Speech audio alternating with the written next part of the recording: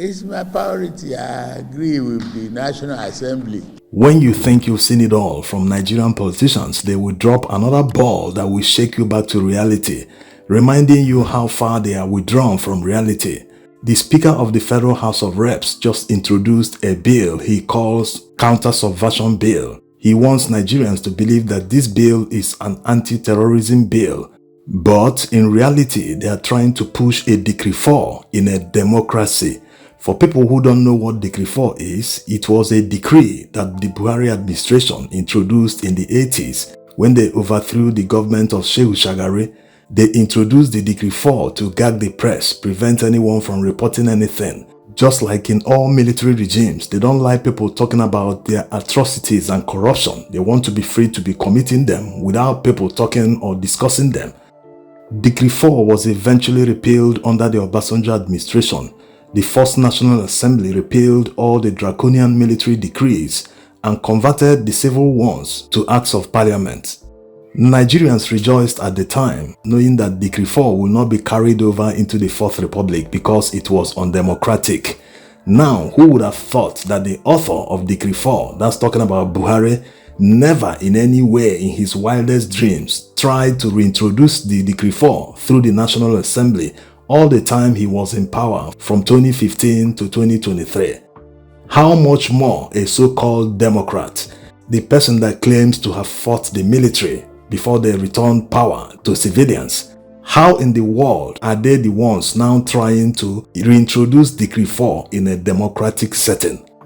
They want to make protest a crime. Protest is a fundamental human right.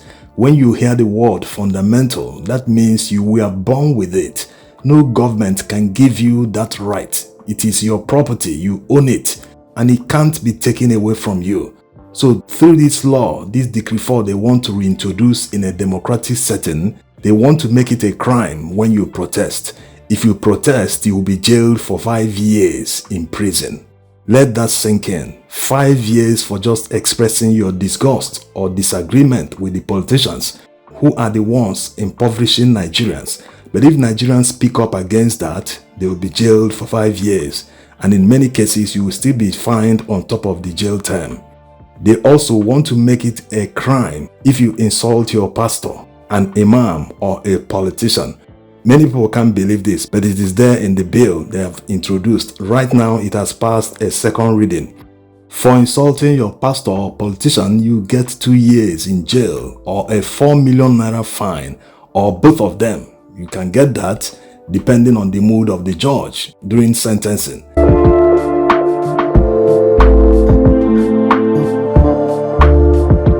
The most laughable section in this new Decree 4 they want to introduce is 10 years in jail for refusing to sing the new national anthem. 10 years for just refusing to sing it. It's not even the old national anthem. Which one is the old and which one is the new? The old national anthem Nigeria used during the colonial times, which was of course written by a foreigner, the National Assembly quickly passed that bill to reintroduce that old national anthem. And judging by how quickly they passed the new national anthem bill, it shows that they will pass this new Decree 4 bill very quickly. This shows the priority of the current administration. This is coming after a nationwide hunger protest ended. It held for 10 days, mostly in the north. People trooped out in their numbers to express their desire to end bad governance in Nigeria. Instead of the current administration addressing the demands of Nigerians to end poverty, they are trying to stifle free speech.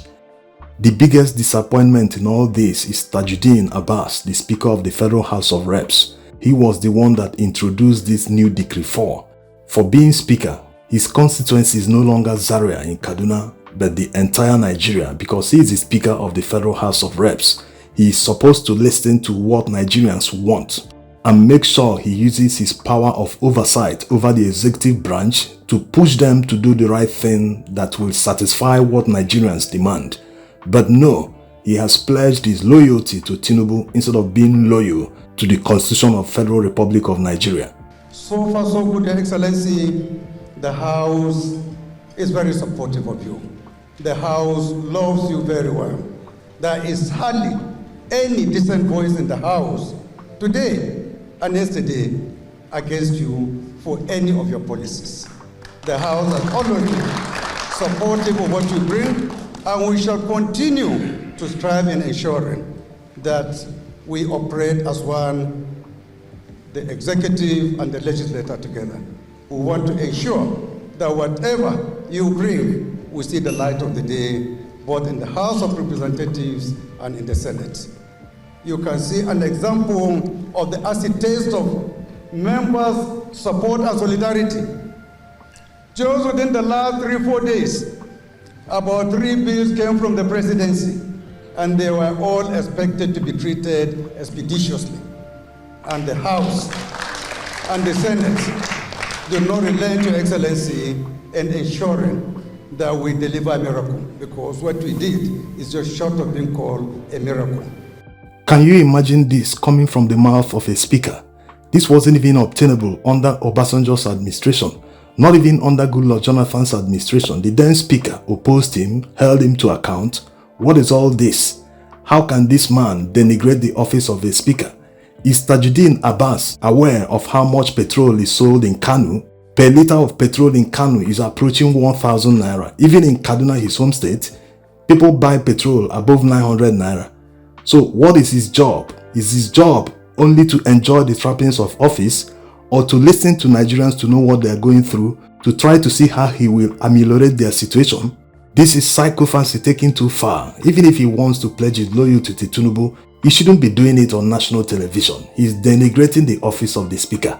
He can do that behind the scenes, but not before Nigerians. This is a serious loss of confidence. The people at the House floor should do the needful. The speaker can't be handing over the legislative branch to the executive branch on a platter.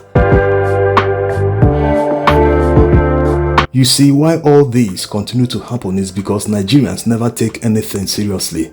When you don't take something seriously, the politicians ride on our ignorance and nonchalance. Maybe it was because of the hunger and biting hardship that forced Nigerians to come out and protest. If not, maybe people would have said, let me continue to endure. But they will continue to do worse. When they do one, you don't respond. They do 2, 3, 4, to the extent that they will take away all your rights.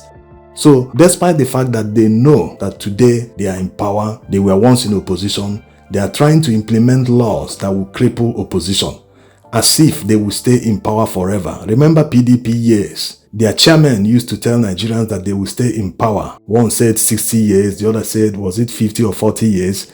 They didn't know that one day they will be removed from power. Today, APC men are feeling the same. They feel they will stay there till eternity. They don't know that the laws they implement today can come back tomorrow to bite them. Even their children, their children's children, who they are busy fixing in positions at the detriment of Nigerians, whether they are qualified or not. You see them making their children judges or their wives, their relatives, so as to protect them in case there is election litigation. They will push it to them, they will rule in their favor. So all these laws, all the impunities, everything they are doing today, they think they will be immune, that it will not come back to them, not knowing that power is transient. In summary, action begets reaction. If there is no reaction, the people pushing the action will say, they didn't even react the way we expected. Let's push another one. Let's try this. Until they will tell you that you start paying for the air you breathe. This Rotimi Amaechi's speech is still very relevant. He sums it up nicely. You tell them that so many television houses and individuals had approached me to speak on different issues since I left office, and I declined. 2 reasons why did I decline? 2 reasons. My publicist said don't speak, and I chose to obey my publicist, and he's very angry that I'm speaking today. He knows. Second reason, what is new to say? Nigerians don't react to anything. Has any politician told you that he's not a thief? Tell me one politician that has told you that he's not a thief. Tell me one. I don't know why you're gathering forgery, no forgery. What politician told you that I didn't forge? Which politician told you he went to university? Which politician told you he served in NYSC? Which politician told you he has a certificate? Nigerians know and still vote for them. So what's your problem? No, tell me what's your problem? So I said, why should I speak when already there's nothing new? Okay, you observed Buhari's period. I will leave Port Harcourt 1 a.m. arrive Abuja, leave Abuja at 3 a.m. Somebody said they made Buhari. Did I say anything? I didn't say anything. It's not important. Nigerians choose who to believe and who not to believe. Nigerians choose who to vote and who not to vote. Even if you come to a Nigerian man's house and kill the mother, the father will continue his life. Nothing bothers you. Nothing. So why do I waste my time? There's nothing that our chairman said that is new. Absolutely not new. I've said this several times. I've taken so many risks. I've said too many things. The fight from Goodluck's government to Buhari's government, you all knew about it. My aircraft was seized. I was shot at. If I was killed, what will happen? Nothing. So you would die a useless life. So what did I choose? I chose to stay in my house quietly. Fortunately for me, I got admission to study in Nigerian law school. And rule number one is, like they told me if I came here, you are our property. You have no right to go anywhere unless we permit you.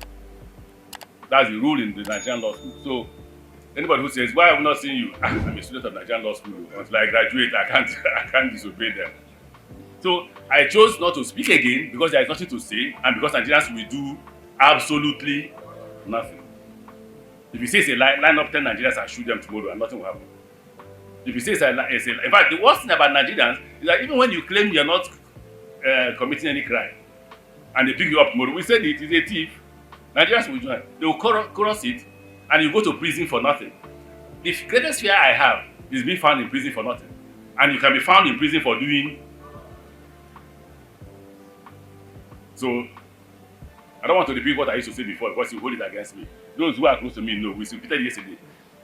I will just only use one word. I won't use the rest. I say it's a hopeless situation.